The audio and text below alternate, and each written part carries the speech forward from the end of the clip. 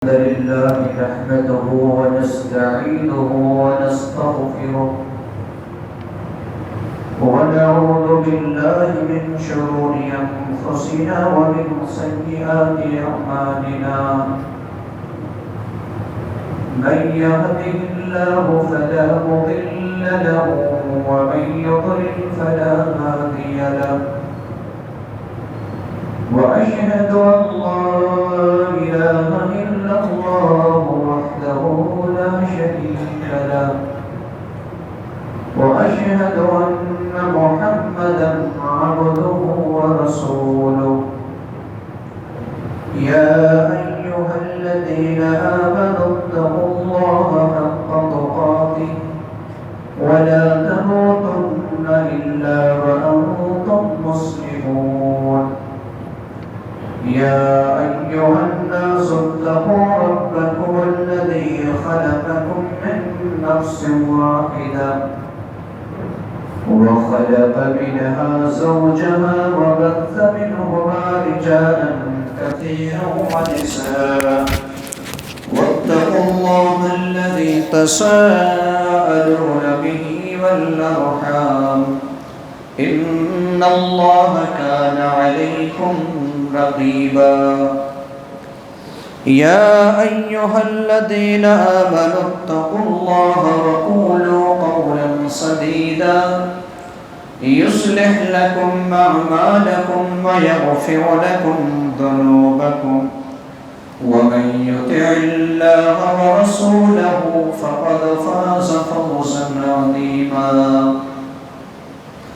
أما بعد فإن خير الحديث كتاب الله وخير الهدي هدي محمد صلى الله عليه وسلم وشر الأمور محدثاتها وكل محدثة بدعة وكل بدعة ضلالة وكل ضلالة في النار أعوذ بالله السميع العليم من الشيطان الرجيم بسم الله الرحمن الرحيم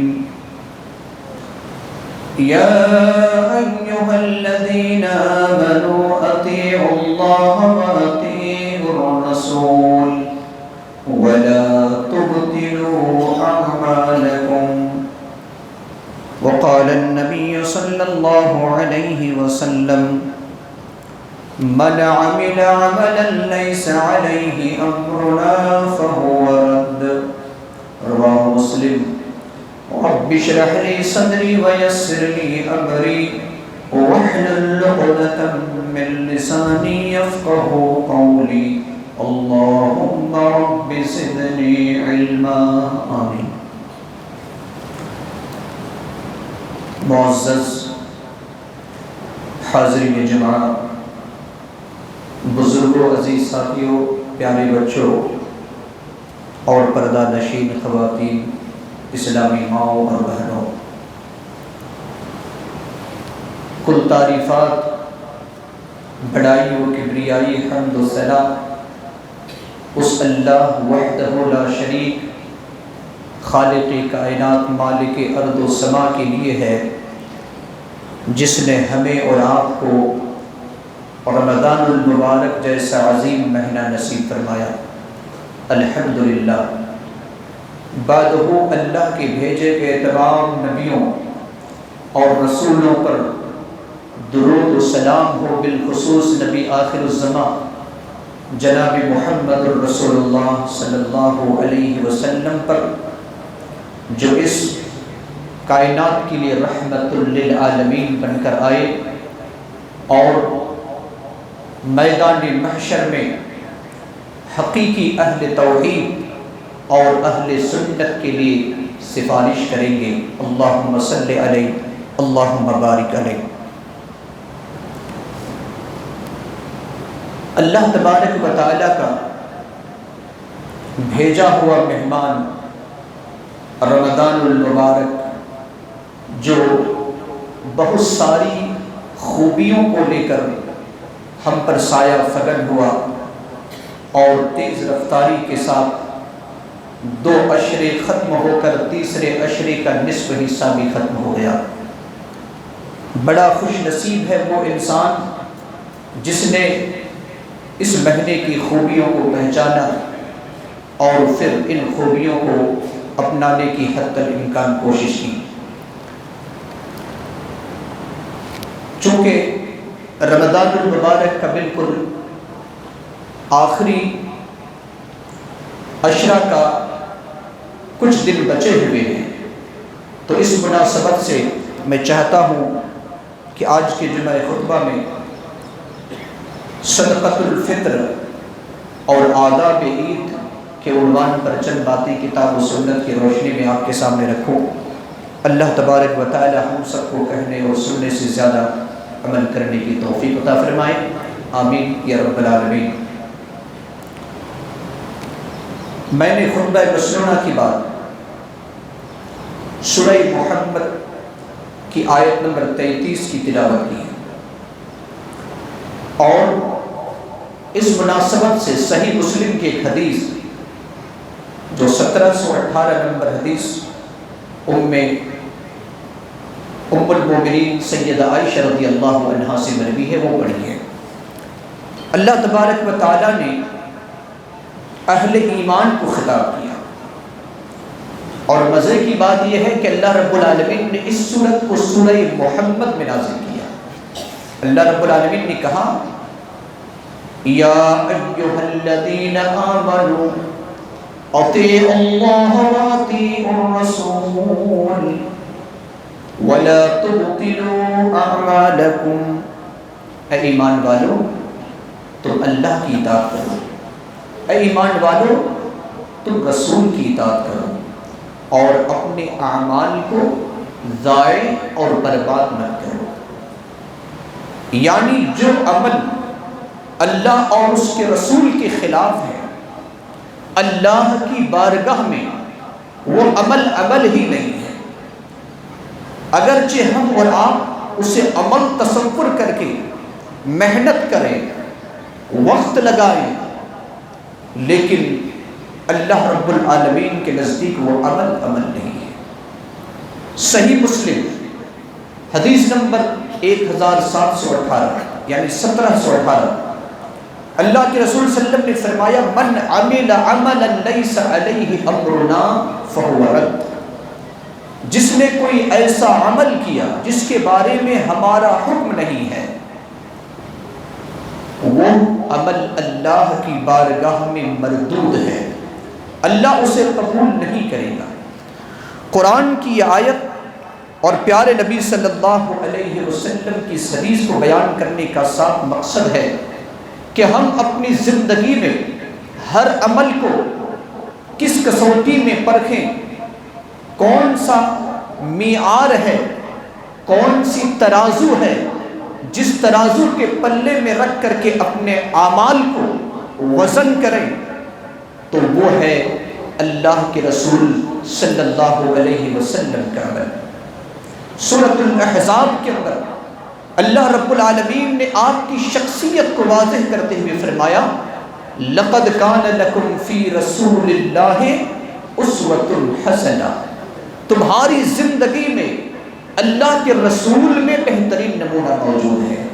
کسی اور شخصیت کی طرف تم اپنی نگاہ کو مت دوڑاؤ، کسی اور کے عمل کی طرف اپنے عمل کو اس عمل کے کسوٹی میں مت پرکھو، کسی کے عمل کے مطابق ترازو کے پلے میں رکھ کر کے اپنے عمل کو مت تولو، بلکہ عمل تو وہی تولو، وہی کسوٹی ہے، وہی اسوہ حسنہ ہے، وہی نمونہ ہے، اور وہی تمہارے لیے طرز عمل ہے جو میں نے انتخاب کیا ہے عرش سے، اور وہ ہے اللہ کے رسول۔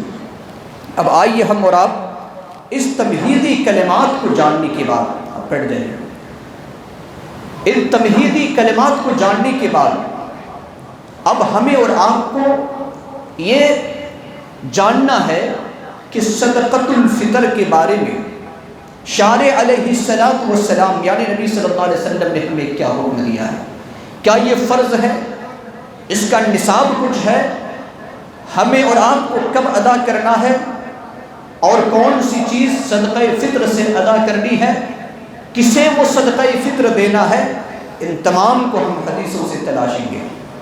اللہ کے رسول صلی اللہ علیہ وسلم کی حدیث صحیح بخاری 1503 نمبر کی حدیث، صحیح بخاری 1503، اور یہی حدیث صحیح مسلم میں 984 کے اندر موجود ہے۔ راوی حدیث مشہور صحابی سیدنا ابن عمر رضی اللہ عنہما ہیں۔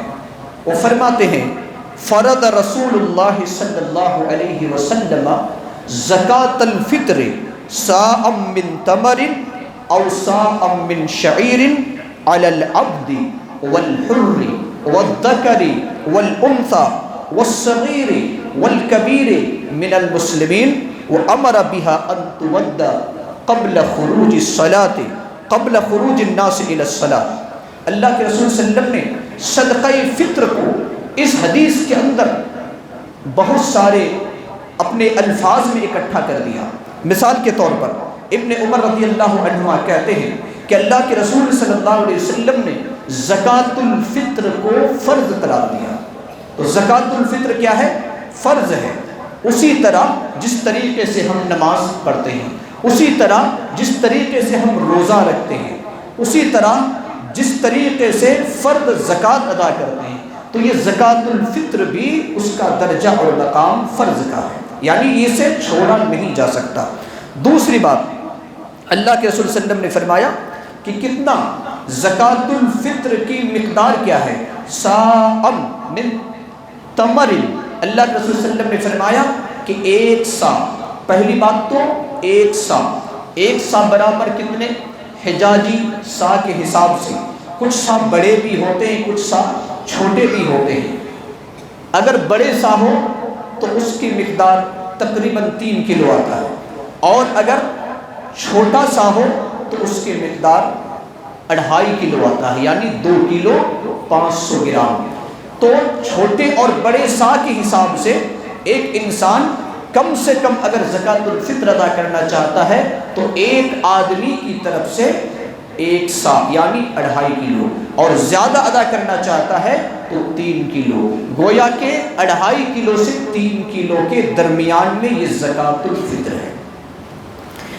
اب یہ زکوٰۃ الفطر 2 باتیں ہو گئی، ایک تو فرض ہے، دوسرا اس کی مقدار کیا ہے؟ 1 صاع۔ 1 صاع برابر 2.5 سے 3 کلو۔ اب ہم زکوٰۃ الفطر کیا نکالیں گے؟ اللہ کے رسول صلی اللہ علیہ وسلم نے فرمایا من تمر، کس سے؟ کھجور، 1 صاع کھجور۔ نمبر 2 او صاع من شعیر، شعیر دوسرا آپشن، یا تو 1 صاع جو، کس پر؟ علی العبد والحر، غلام پر، آزاد پر، والذکر والانثی، مرد پر، عورتوں پر، والصغیر والکبیر، چھوٹے پر، بڑے پر، من المسلمین، شرط یہ ہے کہ وہ بندہ مسلمان ہو۔ تو غلام بھی ہے، آزاد بھی ہے، مرد بھی ہے، عورت بھی ہے، چھوٹا ہے یا بڑا ہے، سب پر زکوٰۃ الفطر کیا ہے؟ فرض ہے۔ اور کتنا؟ 1 صاع۔ اور 1 صاع کس چیز کا؟ اللہ کے رسول صلی اللہ علیہ وسلم نے فرمایا کھجور کا یا تو پھر جو کا۔ یہ صحیح بخاری کی روایت جو میں نے آپ کے سامنے پڑھی ہے۔ اس کے بعد اس کو کب ادا کرنا ہے؟ اللہ کے رسول صلی اللہ علیہ وسلم نے فرمایا اسی حدیث کے اندر وَأَمَرَ بِهَا، زکوٰۃ الفطر ادا کرنے کا حکم دیا، ان تودّا، کہ ادا کیا جائے، قبل خروج الناس الى الصلاۃ، عید الفطر کی نماز ادا کرنے کے لیے نکلنے سے پہلے، یعنی عید الفطر کی نماز ادا کرنے سے پہلے اسے ادا کر دینا ہے۔ تو یہ حدیث ہمیں اور آپ کو زکوٰۃ الفطر کے کئی مسائل کو سمیٹ رہی ہے۔ اسی طریقے سے دوسری حدیث یہ بھی صحیح بخاری کی ہے، اور اس حدیث کے راوی سیدنا ابو سعید خدری رضی اللہ عنہ ہیں۔ فرماتے ہیں اللہ کے رسول صلی اللہ علیہ وسلم کے زمانے کے بارے میں، صحیح بخاری 1506 نمبر کی حدیث اور صحیح مسلم 985 نمبر کی حدیث، کنا نخرج زکاۃ الفطر صاعا من طعام او صاعا من شعیر او صاعا من تمر او صاعا من عقط او صاعا من زبیب۔ ہم زکاۃ الفطر نکالا کرتے تھے ایک سا طعام کے. طعام جو جس معاشرے کے اندر طعام کے لفظ سے جانا جاتا ہے وہ زکوٰۃ الفطر ہے. اور اسی طریقے سے اوساء من شعیر یا جو ایک سا، اوساء من تمر یا کھجور ایک سا، اوساء من عقد یا پنیر ایک سا، اوساء من زبیب یا کشمش جو خشک انگور ہے وہ ایک سا. اس حدیث پاک کے اندر اللہ کے رسول صلی اللہ علیہ وسلم کے صحابی سیدنا ابو سعید خدری فرماتے ہیں کہ ہم طعام نکالا کرتے تھے. طعام، پہلے طعام کا لفظ آیا. اب ہمارے معاشرے کے اندر عام طور پر طعام چاول سے تعبیر کیا جاتا ہے، عام طور پر گیہوں سے تعبیر کیا جاتا ہے. اسی طریقے سے سیدنا ابو سعید خدری کی حدیث ہے صحیح بخاری کے اندر 1510 نمبر کی حدیث، فرماتے ہیں کہ کنا نخرج فی عہد رسول اللہ صلی اللہ علیہ وسلم یوم الفطر ساعا من طعام وکان طعامنا الشعیر والزبیب والعقد والتمر. ہم عہد رسالت میں رسول اللہ صلی اللہ علیہ وسلم کے زمانے میں ایک سا طعام نکالا کرتے تھے، یعنی 2.5 سے 3 کلو کے درمیان طعام نکالا کرتے تھے. اور ہمارا طعام جو، کشمش، پنیر اور کھجور ہوتے تھے. یعنی عہد رسالت میں جو طعام کے طور پر استعمال ہوتا تھا 4 چیزوں کا نام سیدنا ابو سعید خدری رضی اللہ عنہ فرماتے ہیں. جو، خشک انگور یعنی جسے ہم کشمش کہتے ہیں، اور پنیر، اور اسی طریقے سے کھجور. تو یہ 4 چیزیں طعام کے طور پر استعمال ہوتے تھے اللہ کے رسول صلی اللہ علیہ وسلم کے زمانے میں. اسی طریقے سے ہمیں اور آپ کو ان دونوں یا تینوں حدیثوں کو جب ہم اکٹھا کرتے ہیں تو ہمارے سامنے صاف جو مسئلہ نکلتا ہے وہ یہ ہے کہ زکوٰۃ الفطر فرض ہے، زکوٰۃ الفطر ایک سا ہے. زکوٰۃ الفطر کب ہے؟ نماز عید الفطر ادا کرنے سے پہلے، نکلنے سے پہلے. اور اسی طریقے سے زکوٰۃ الفطر طعام سے ہے. یہ اللہ کے رسول صلی اللہ علیہ وسلم کے زمانہ میں ہوا کرتا تھا. اللہ کے رسول صلی اللہ علیہ وسلم نے اس کی حکمت بھی بتلائی، میں اس حکمت کو بعد میں بتانا چاہوں گا. یہاں پر ایک مسئلہ جو ہمارے سامنے بہت ہی تیز رفتاری کے ساتھ لوگوں کے ذہن کے اندر پھیلا ہوا ہے، اور لوگ چونکہ مفتی کے فتوے پر جاتے ہیں اور اس میں کچھ ہمارے علماء بھی آتے ہیں. کہنے کا مطلب یہ ہے کہ ابھی جو حدیثیں بیان کی گئی ہیں اللہ کے رسول صلی اللہ علیہ وسلم کے صاف الفاظ ہیں کہ اس میں جن سے طعام سے، اناج جو انسان کھاتا ہے اس سے زکوٰۃ الفطر ادا کرے. یہ فیصلہ کس کا ہے؟ امام کائنات علیہ السلام کا، جس کو اللہ رب العالمین نے ہمارے لیے نمونہ بنایا، جس کی اطاعت کو ہمارے لیے فرض قرار دیا، جس کا کلمہ ہم ہر اقامت میں، ہر آذان میں، ہر نماز میں ادا کرتے ہیں. ایک انسان جب اسلام پر آتا ہے تو وہ کلمہ کسی عالم کا نہیں بلکہ محمد الرسول اللہ کا پڑھتا ہے. اس محمد الرسول اللہ کی عدالت سے یہ فیصلہ نکلا ہوا ہے کہ زکوٰۃ الفطر ہمیں کس طریقے سے ادا کرنی ہے. اگر کوئی عالم کہے کہ رقم بھی نکالی جا سکتی ہے کرنسی کی شکل میں تو ہم اس کی بات کو ترجیح دیں گے یا رسول اللہ صلی اللہ علیہ وسلم کی بات کی ترجیح دیں گے. اللہ کی یہاں قابل قبول ہے یا نہیں وہ الگ مسئلہ ہے، لیکن اللہ کے رسول صلی اللہ علیہ وسلم نے جو ہمیں اور آپ کو بتایا. دوسری بات یہ ہے کہ زکوٰۃ الفطر یہ فرض ہے اور یہ توقیفی امر ہے. توقیفی امر کا مطلب یہ ہوتا ہے کہ جو جس طریقے سے ہے ہم اسی طریقے سے اس عمل کو انجام دیں گے. مثال کے طور پر جب ہم نماز پڑھتے ہیں تو سب سے پہلا رکن کیا ہوتا ہے؟ قیام کا ہوتا ہے. دوسرا رکن کیا ہوتا ہے؟ رکوع کا ہوتا ہے. تیسرا رکن کیا ہوتا ہے؟ سجدے کا ہوتا ہے. چوتھا رکن کیا ہوتا ہے؟ تشہد کا ہوتا ہے. اس طریقے سے اگر ہم اس کو، یہ توقیفی امر ہے، اگر ہم کہیں گے نہیں ہم تو نماز ادا کریں گے، پہلے ہم تشہد میں بیٹھیں گے، بعد میں سجدہ کریں گے، اس کے بعد رکوع کریں گے، اس کے بعد قیام کریں گے، کیا ہماری نماز ہو جائے گی؟ کیوں نہیں ہوگی؟ اس وجہ سے نہیں کہ یہ توقیفی امر ہے، اللہ کے رسول صلی اللہ علیہ وسلم نے ہمیں کر کے بتایا کہ اس طریقے سے یہ عمل کو انجام دو۔ اسی لیے میں نے شروعات ہی میں جو میں نے آیت پڑھی تھی سورہ محمد کی آیت نمبر 33 اور صحیح مسلم کی حدیث نمبر 1718، جس میں نے بتایا تھا کہ اللہ کے رسول صلی اللہ علیہ وسلم کو ہمیں اور آپ کو نمونہ بنانا ہے۔ ہر کسوٹی ہمارے لیے جو کسوٹی ہے، ہمارے لیے جو آئیڈیل ہے، وہ محمد رسول اللہ صلی اللہ علیہ وسلم کی ذات ہے۔ لہٰذا ہمیں اور آپ کو وہی فیصلہ ماننا ہے جو نبی کی عدالت سے نکل کر آیا ہے۔ کسی مفتی کے عدالت سے نکل کر آئے، ہم وہ فیصلہ کو اس وقت مانیں گے جب ہمارے نبی کے فیصلے کے مطابق ان مفتیوں کے فیصلے ایک جیسے ہو جائے۔ اگر مخالفت ہے تو پھر ہم اسے ادا نہیں کریں گے، اسے مانیں گے نہیں، بلکہ ہم رسول اللہ صلی اللہ علیہ وسلم کی عدالت سے نکلے ہوئے فیصلے پر عمل کریں گے۔ اور رسول کا فیصلہ ہے کہ جن سے طعام سے تم صدقۃ الفطر نکالو، اور رسول اللہ صلی اللہ علیہ وسلم کا یہ حکم نہیں ہے کہ تم رقم نکالو کرنسی کی شکل میں۔ اب یہاں پر ایک اور بات ہے کہ ہم زکوٰۃ الفطر کسے دیں؟ اس کے لیے کیا اللہ کے رسول صلی اللہ علیہ وسلم نے ہمیں اور آپ کو بتایا ہے، یا اس کی حکمت کیا ہے؟ اللہ کے رسول صلی اللہ علیہ وسلم کی حدیث ہے، سنن ابو داؤد 1609 نمبر کی حدیث، اور سیدنا ابن عباس رضی اللہ عنہ اس حدیث کے راوی ہیں، فرماتے ہیں کہ فرض رسول اللہ صلی اللہ علیہ وسلم زکوٰۃ الفطر طہرۃ للصائم من اللغو والرفث وطعمۃ للمساکین۔ اس حدیث میں مزید دو مسئلہ بیان کیا گیا ہے۔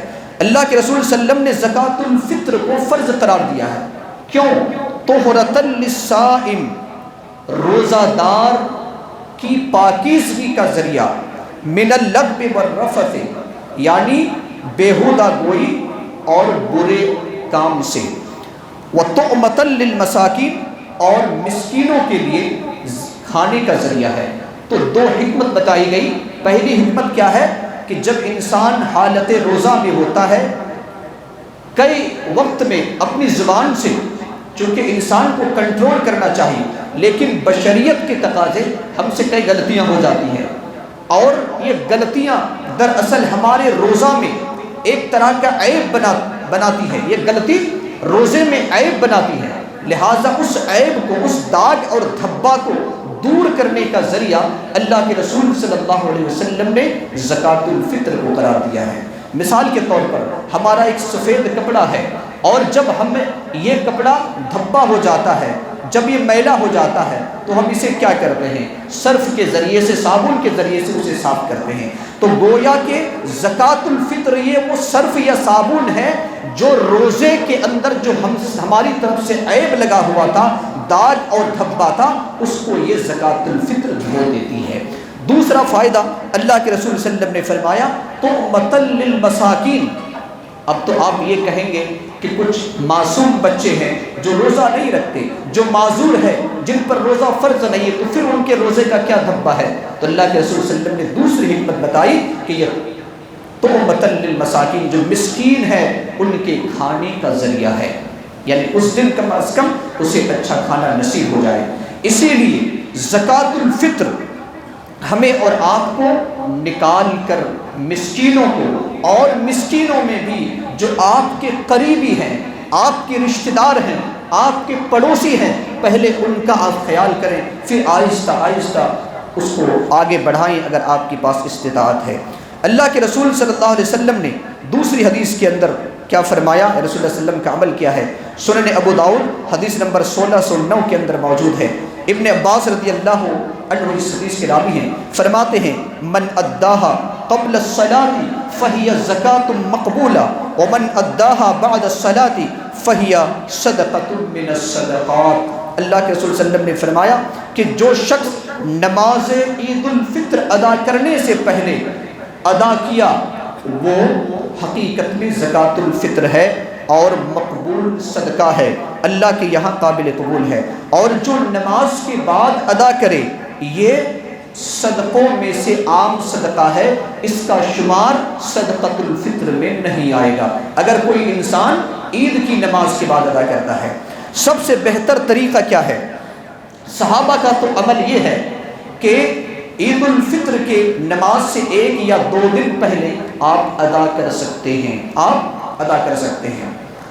لیکن سب سے افضل وقت اور افضل طریقہ یہ ہے کہ جب عید الفطر کا چاند نظر آ جائے، شوال کا چاند نظر آ جائے، اس وقت سے لے کر کے نماز عید الفطر ادا کرنے سے پہلے تقریباً 12-13 گھنٹے کے جو وقت ہوتے ہیں، یہ سب سے افضل ترین وقت ہے۔ اور ان اوقات میں زکوٰۃ الفطر اپنے جو مستحقین ہیں ان تک پہنچا دیا کریں، اس کو اپنے گھر میں نہ بلائیں بلکہ اس تک پہنچا دیں۔ یہ اس کی عزت ہے، یہ اس کا مقام ہے، شریعت نے ہمیں یہ بتایا ہے اور ادا کرنے کا حکم دیا۔ یہ نہیں کہا کہ تمہارے پاس وہ فقیر اور مسکین بن کر آئے اور تم اسے ادا کرو، بلکہ ہمارے اوپر یہ لازم ہے کہ ہم اپنے مال کو، زکوٰۃ الفطر کو ہم اہل حق کے وہاں پہنچا دیں۔ تو یہ مجموعی طور پر کئی باتیں تھیں جو میں نے آپ کے سامنے زکوٰۃ الفطر کے بارے میں، اس کا نچوڑ میں آپ کے سامنے فکر کرنا چاہتا ہوں کہ زکوٰۃ الفطر فرض ہے، یہ سنت عمل نہیں ہے، اور زکوٰۃ الفطر جن سے تام سے ہونا چاہیے۔ زکوٰۃ الفطر 2.5 کلو سے 3 کلو کے درمیان ہر مرد عورت چھوٹے بڑے ہر فرد کی طرف سے جو اپنے آپ کو مسلمان کہتا ہو، اور زکوٰۃ الفطر ادا کرے عید الفطر کی نماز ادا کرنے سے پہلے، اور زیادہ سے زیادہ اگر پہلے ادا کرنا چاہتا ہے تو 2 دن پہلے، جیسے آج ابھی 4 دن اور 5 دن پہلے تو ابھی ادا نہیں کریں گے۔ اسی طریقے سے 26 کو نہیں ادا کر سکتے، 27 کو نہیں ادا کر سکتے۔ اگر طرز صحابہ پر عمل کرنا چاہتے ہیں تو زیادہ سے زیادہ 29 اور 30 یا شوال کی پہلی تاریخ کو عید الفطر کی نماز ادا کرنے سے پہلے ادا کر دیں۔ اس سے پہلے یا اس کے بعد آپ زکوٰۃ الفطر ادا کریں گے تو یہ زکوٰۃ الفطر نہیں بلکہ عام صدقہ ہوگا۔ جو ہمارے معاشرے کے اندر رواج ہے، رمضان شروع ہوتا ہے زکوٰۃ الفطر ادا کرنا شروع کر دیتے ہیں، یہ غلط عمل ہے جو رسول اللہ صلی اللہ علیہ وسلم کا نہیں ہے۔ اب چونکہ وقت اجازت نہیں دیتا، لیکن پھر بھی ایک اور عنوان ہے یعنی جو ضروری ہے، بس میں اختصار کے ساتھ میں آپ کے سامنے کہنا چاہوں گا 2-3 منٹ کے اندر۔ اللہ تبارک و تعالیٰ نے سورۃ البقرہ کی آیت نمبر 185 میں ارشاد فرمایا ہے، رمضان کے مسائل کو بیان کرتے ہوئے، یرید اللہ بکم الیسر ولا یرید بکم العسر وَلِتُكْمِلُوا الْعِدَّةَ وَلِتُكَبِّرُوا اللَّهَ عَلَى مَا هَدَاكُمْ وَلَعَلَّكُمْ تَشْكُرُونَ۔ اللہ رب العالمین تم سے آسانی کا ارادہ کرتا ہے، سختی کا ارادہ نہیں کرتا۔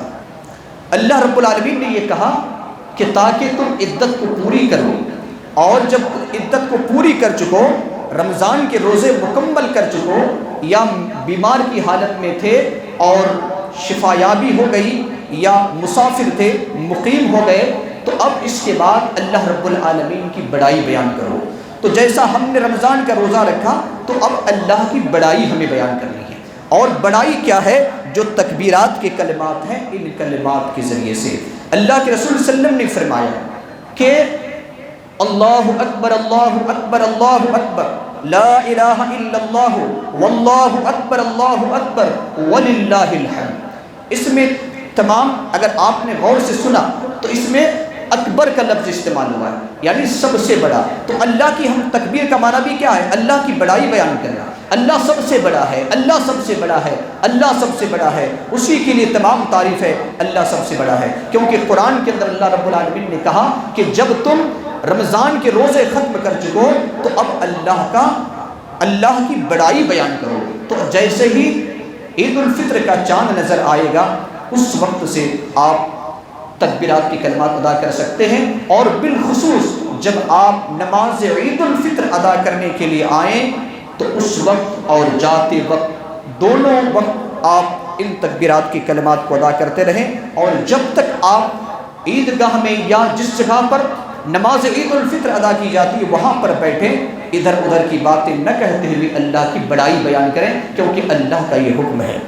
اسی طریقے سے ایک سنت یہ ہے کہ روانگی سے پہلے جب آپ عید الفطر ادا کرنے کے لیے آ رہے ہیں تو اس سے پہلے عمدہ لباس پہن لیں، نہا لیں، عمدہ لباس پہن لیں، میسر ہو تو خوشبو استعمال کریں، اور طاق عدد کھجور کا استعمال کریں، 1 3 5 7 جتنے بھی ہو سکے طاق عدد بے جوڑ آپ کھجور کا استعمال کرتے ہوئے عید الفطر کی نماز ادا کرنے کے لیے آئیں۔ صحیح بخاری کی یہ روایت موجود ہے۔ اسی طریقے سے پیدل چلنا یہ نبی صلی اللہ علیہ وسلم کی اہم سنت ہے۔ اگر کوئی انسان کسی انسان کا گھر دور ہے اور پیدل چل کر آ سکتا ہے تو اس کے لیے بہتر ہے کہ پیدل آئے۔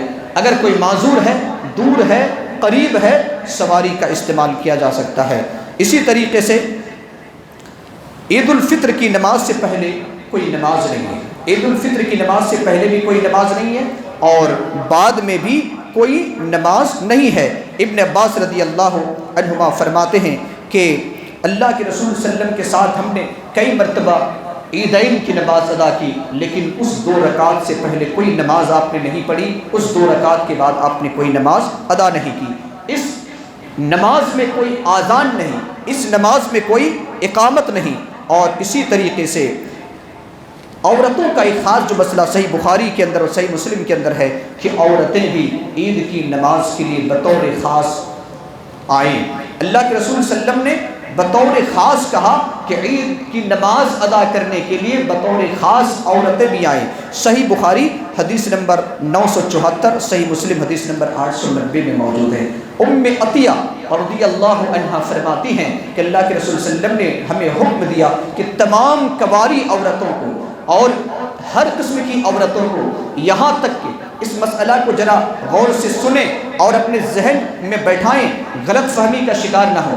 اللہ کے رسول صلی اللہ علیہ وسلم نے فرمایا کہ ہر قسم کی عورتیں نکل کر آئیں، یہاں تک کہ وہ عورت، غور سے سننا، وہ عورت جس عورت کو حیض آیا ہو وہ عورت بھی گھر میں بیٹھ کر نہیں رہ سکتی ہے۔ اللہ کے رسول صلی اللہ علیہ وسلم نے فرمایا ولادت کے بعد اگر حالت نفاس میں ہے وہ عورت بھی گھر میں بیٹھ کر نہیں رہ سکتی ہے، بلکہ وہ نکل کر آئے، ہاں وہ نماز نہیں پڑھے گی، کیونکہ ان وقت میں نماز نہیں پڑھی جا سکتی ہے۔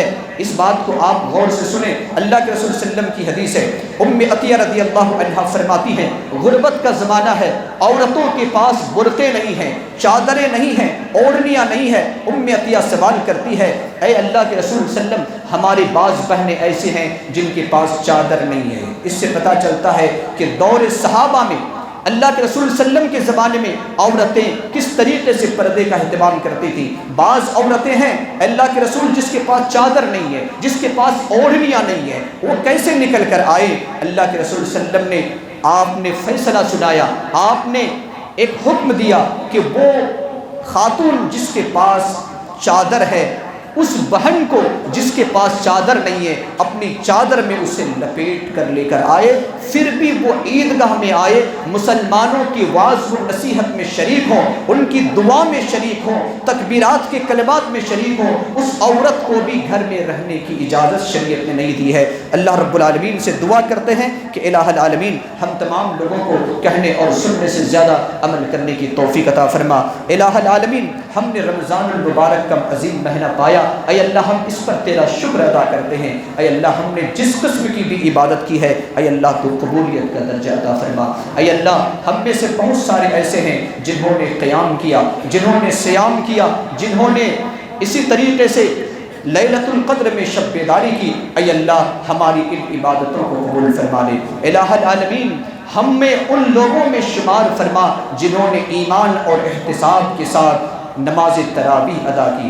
اے اللہ ہمیں ان لوگوں میں شمار فرما لے جنہوں نے رمضان المبارک کا روزہ ایمان اور احتساب کے ساتھ رکھا۔ اے اللہ ہمیں ان خوش نصیب لوگوں میں شمار فرما لے جنہوں نے رمضان المبارک کے طاق راتوں میں قیام اللیل کیا اور نماز تراویح ایمان اور احتساب کے ساتھ ادا کیا۔ اے اللہ ہمارا نام ان لوگوں میں شمار فرما لے۔ اے اللہ ہم میں سے بہت سارے ایسے لوگ ہیں جنہوں نے زکوٰۃ نکالی، اے اللہ ان کی زکوٰۃ کو تو قبول فرما لے۔ الہ العالمین ہم میں سے بہت سارے لوگوں نے، کسی نے تلاوت کی، کسی نے توبہ کیا، استغفار کیا، صدقہ و خیرات کیا، کسی نے مسجد میں، کسی نے مدرسوں میں، کسی نے غریب اور فقراء مسکینوں میں، اے اللہ سب کی زکوٰۃ اور صدقات کو تو قبول فرما لے۔